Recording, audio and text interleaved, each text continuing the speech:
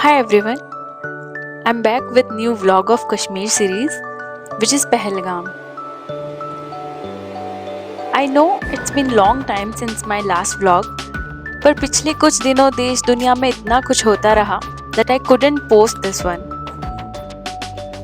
Anyways, so Pahalgam is a hill station in Anantnag district of Kashmir and popularly known as Valley of Shepherds या चरवाहों की घाटी.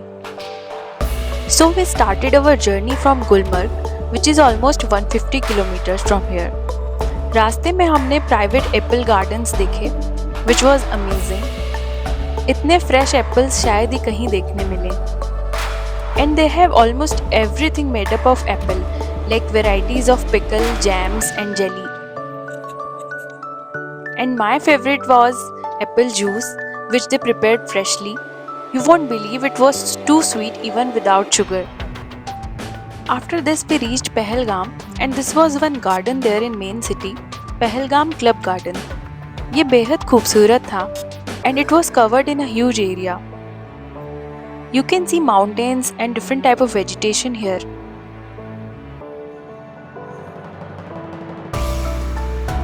We spent almost 2 hours here.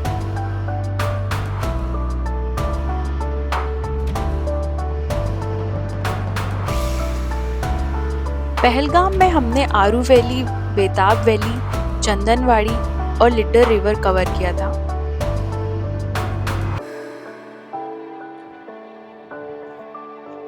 Pahalgam पहुंचते हुए रास्ते में ही हमने लिड्डर रिवर देखी. ये रिवर आगे जाकर झेलम नदी में मिलती है, which further merge with Chenab river in Punjab and flows into Arabian Sea. Kashmir में सारे ही रास्ते इतने खूबसूरत हैं कि सफ़र का एहसास ही नहीं होता. आप ये व्यू एंजॉय करते हुए बस चलते चले जाते हो. ऐसी घनी वादियों में कौन नहीं खो जाना चाहेगा. So next day we started with Aru Valley. Aru Valley जाने के लिए we hired a tourist taxi from Pahalgam bus stand because यहाँ जाने के लिए tourist taxi is only option. They do not allow outside cabs. And there is fixed rate card for this tourist taxis at bus stand with different packages and vehicle type. Aru Valley Pahalgam से लगभग 12 kilometre है and the route as you can see is full of curves and amazing views. और इस पूरे रास्ते में Lidder river side से flow करती है.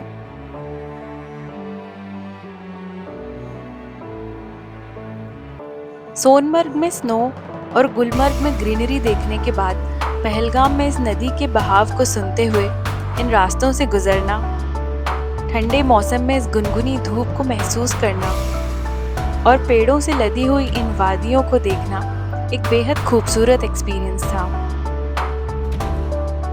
And finally we reached Aru valley. यहाँ आप देख सकते हैं चारों ओर माउंटेन्स हैं, which are Pir Panjal and Zanskar ranges of Himalayas. इतने दूर तक फैले हरे और खुले मैदान शायद ही कहीं देखने को मिले.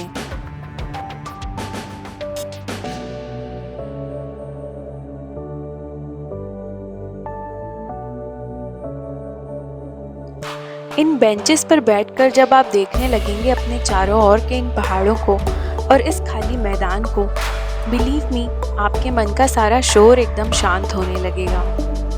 एक खालीपन या यूं कहें कि माय स्पेस वाली वो फीलिंग जो हम अपनी व्यस्तताओं में भूल जाते हैं, यहाँ आप उसे ढूंढ पाएंगे.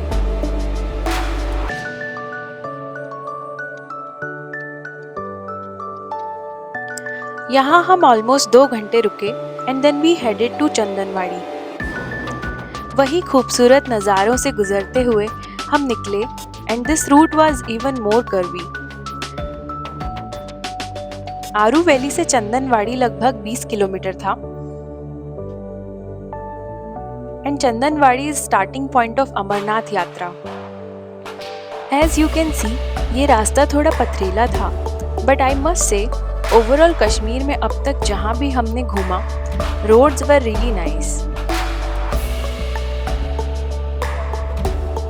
रास्तों में ये सारे पहाड़ पूरे पाइन ट्रीज से कवर्ड थे. Sometimes I wonder how these trees are so lined up and dense. Like almost पूरे एरिया में ही ये पेड़ हैं. These trees looks more beautiful when covered with snow and without it also. No wonder Kashmir is winter wonderland.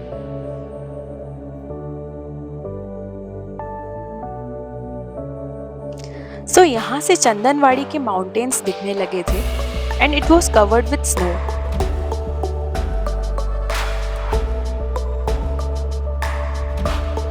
You can see these maps for Amarnath Yatra.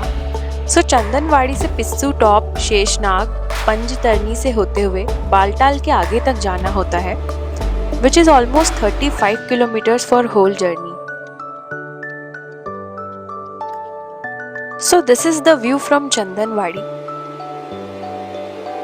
These mountains are same Pir Panjal ranges of Himalayas. Chandanwari almost 3000 meters के elevation पर है.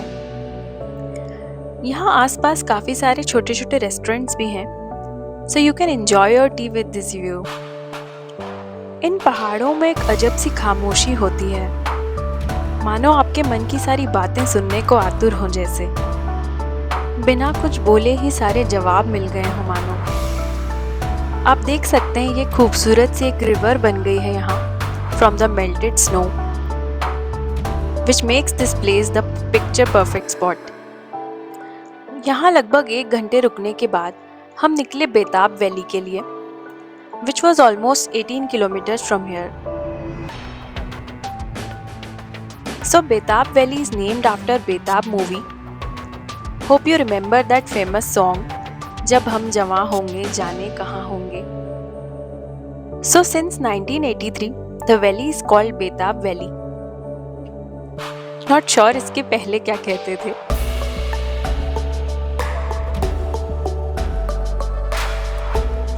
So उन्हीं घुमावदार रास्तों से होते हुए हम निकले. In comparison to Gulmarg, Pahalgam मुझे थोड़ा शांत लगा, like somewhat less commercialized. यहाँ आप देख सकते हैं रास्ते ही इतने खूबसूरत हैं कि कहीं पहुँचने की कोई जल्दी ही नहीं होती. जहाँ शहरों के ट्रैफिक में कुछ देर में ही हम चिढ़ने लगते हैं, वहीं यहाँ आप घंटों का सफ़र कब ख़त्म कर लेंगे पता ही नहीं चलेगा. लेकिन ये रास्ते उजाले में जितने खूबसूरत लगते हैं, अंधेरा होते होते काफ़ी रिस्की होने लगते हैं.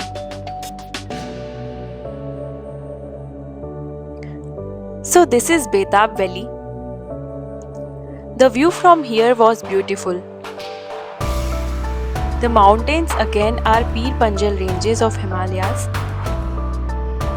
You can do horse riding as well here if you move down to valley.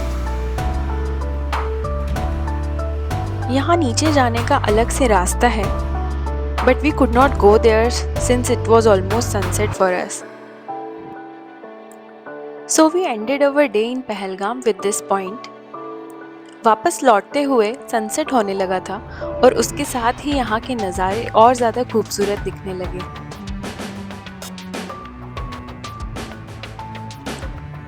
ढलती हुई इस धूप से चमकती हुई लिडर रिवर को देखते हुए हम लगभग 1 घंटे में पहलगाम सिटी तक वापस आ गए.